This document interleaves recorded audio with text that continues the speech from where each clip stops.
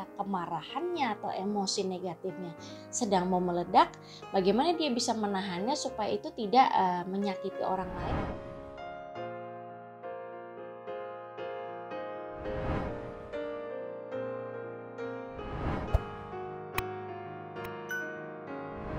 Nah, sebetulnya apa sih yang dimaksud dengan sosialisasi pada anak? Sosialisasi pada anak artinya adalah proses ya.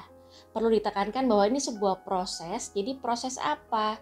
Proses seorang anak mempelajari keterampilan sosial, mempelajari yang namanya norma-norma atau aturan dalam bergaul.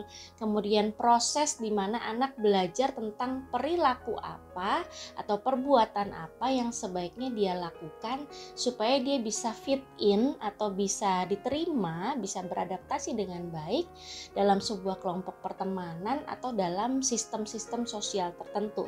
Seperti misalnya bagaimana dia harus berperilaku di sebuah sekolah, atau ketika berkumpul dengan keluarga besar, atau ketika berada di rumah ibadah misalnya. Ya, jadi yang dimaksud dengan sosialisasi adalah sebuah proses di mana anak belajar bagaimana dia bisa tampil dan beradaptasi dengan baik, berperilaku dengan baik ketika dia berada dalam lingkungan sosial tertentu. Nah, seperti yang kita tahu bahwa lingkungan sosial itu kan beraneka macam. Jadi yang namanya rumah juga lingkungan sosial. Kemudian yang namanya sekolah, kemudian pertemanan di luar sekolah, kemudian tempat les, tadi tempat ibadah, keluarga besar, semua itu adalah lingkungan sosial. Nah, lingkungan sosial yang berbeda-beda ini kan menuntut anak untuk punya perilaku yang berbeda-beda juga pada setiap setting sosial tertentu. Oleh karena itu diperlukan keterampilan sosial yang baik sehingga anak bisa menempatkan diri dengan baik. Dia tahu kapan dia harus bersikap seperti ini, yaitu misalnya kapan dia boleh merajuk, bermanja-manja begitu, itu hanya di rumah, di lingkungan sosial rumah. Tapi perilaku itu sebaiknya tidak ditunjukkan kepada guru begitu. Kira-kira seperti itu yang disebut dengan sosialisasi pada anak gambarannya. Nah, tadi saya sebutkan bahwa ada yang namanya proses anak belajar keterampilan sosial. Nah, keterampilan sosial itu apa saja sih sebetulnya? Yang disebut dengan keterampilan sosial itu ada banyak variannya begitu ya. Yang termasuk dalam keterampilan sosial itu ada banyak sekali kemampuan-kemampuannya. Beberapa diantaranya adalah ketegasan. Ketegasan ini maksudnya bagaimana? Ketegasan di mana anak bisa menentukan sebetulnya yang dia mau itu apa, yang dia suka apa, yang dia tidak suka apa, yang dia harus tolak apa, dan lain sebagainya. Jadi dalam sebuah keterampilan sosial ternyata kemampuan ketegasan ini juga diperlukan. Kemudian kemampuan apa lagi? Ada kemampuan mengontrol diri. Kemampuan mengontrol diri nanti dalam keterampilan sosial bicara tentang bagaimana dia bisa menunggu giliran. Bagaimana dia bisa menahan diri untuk tidak memotong pembicaraan seperti itu. Kemudian kontrol diri juga bicara tentang bagaimana dia bisa menahan diri ketika kemarahannya atau emosi negatifnya sedang mau meledak. Bagaimana dia bisa menahannya supaya itu tidak menyakiti orang lain atau merugikan keadaan di sekitarnya. Kemudian kemampuan apa lagi yang termasuk dalam keterampilan sosial? Ada juga kemampuan menilai situasi sosial. Maksudnya bagaimana? Kemampuan menilai situasi sosial itu seperti ini.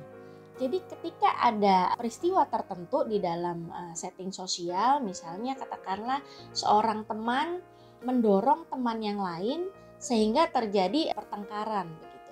Nah, ketika anak bisa menilai bahwa oh ini situasi yang sedang tegang, sedang panas begitu ya, maka dia akan bisa menentukan perilakunya apa. Ketika dia melihat temannya sedang sama-sama marah, tidak mungkin kan seorang anak yang terampil sosial dia akan berkata bahwa kita main yuk, kita makan es krim yuk gitu kan, tidak mungkin. Jadi keterampilan sosial atau kemampuan menganalisa situasi sosial yang termasuk dalam keterampilan sosial ini bicara tentang bagaimana dia bisa menilai bahwa dalam situasi tertentu apa yang boleh dan tidak boleh dia lakukan.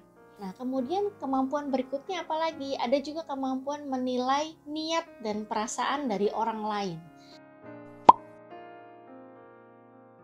Jadi Ketika ada seseorang mengajak kita berinteraksi, orang yang terampil secara sosial dia akan mampu menilai, oh orang ini punya niat baik atau niat buruk ya terhadap saya.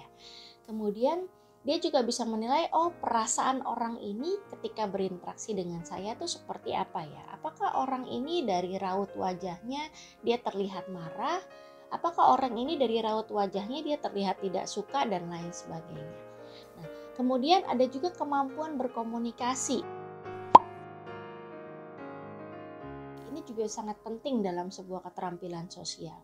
Kemampuan mengungkapkan isi pikirannya kita, kemampuan menyatakan apa yang kita mau. Kemudian kemampuan juga memahami pesan yang disampaikan oleh orang lain. Nah, kemampuan berkomunikasi ini juga penting dalam sebuah keterampilan sosial. Kemudian kemampuan apa lagi? Ada juga kemampuan menyelesaikan masalah.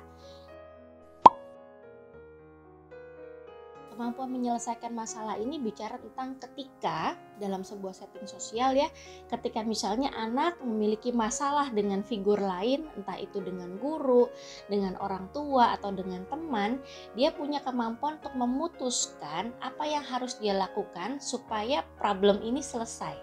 Sebagai contoh misalnya begini.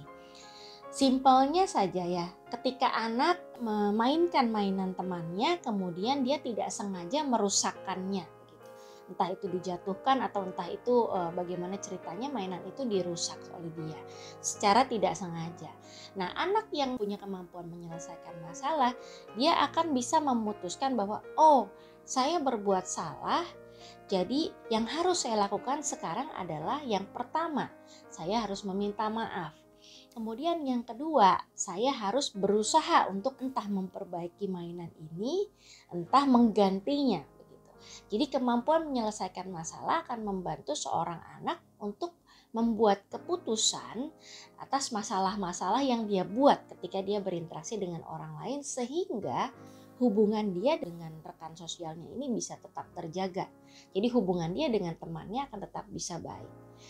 Kemudian kemampuan yang berikutnya adalah kemampuan memulai pertemanan plus menjaga pertemanan itu sendiri. Jadi ternyata untuk memulai pertemanan itu pun ada skillsnya. Jadi nggak bisa sembarangan ternyata. Kalau kita sehari-hari kita mau memulai berkenalan dengan orang lain, atau kita mau memulai berteman dengan orang lain, menyapa, mungkin buat kita yang sudah besar ini mudah. Tapi buat beberapa anak yang memang pada dasarnya mereka tidak punya bawaan kemampuan sosialnya cukup baik ya, mereka akan cukup struggle untuk memulai percakapan atau memulai mengajak temannya berteman begitu, bermain bersama. Jadi kemampuan memulai, kemudian setelah memulai ini dijaga ritme pertemanannya ini supaya misalnya ketika lagi main bersama temennya punya keinginan, dia punya keinginan, bagaimana caranya supaya mereka dia tidak memaksakan keinginannya tapi dia juga tidak merasa sedih karena harus selalu mengikuti keinginan temannya. Nah, itu juga termasuk keterampilan menjaga pertemanan begitu. Dan masih ada banyak lagi kemampuan-kemampuan lainnya yang sebenarnya termasuk ke dalam keterampilan sosial, salah satunya empati misalnya. Nah, kemampuan-kemampuan yang saya sebutkan tadi ini, kemampuan-kemampuan tadi itu saling terkait satu sama lain. Jadi yang tadi saya contohkan ya, ketika dia berteman, bagaimana dia memulai pertemanan, kemudian untuk menjaga pertemanan, dia memerlukan kemampuan komunikasi yang baik, dia memerlukan kemampuan menyelesaikan masalah yang baik, begitu. Kemudian dia juga harus bisa menilai perasaan temannya, memahami ekspresi wajah temannya. Jadi kemampuan-kemampuan tadi saling terkait satu sama lain.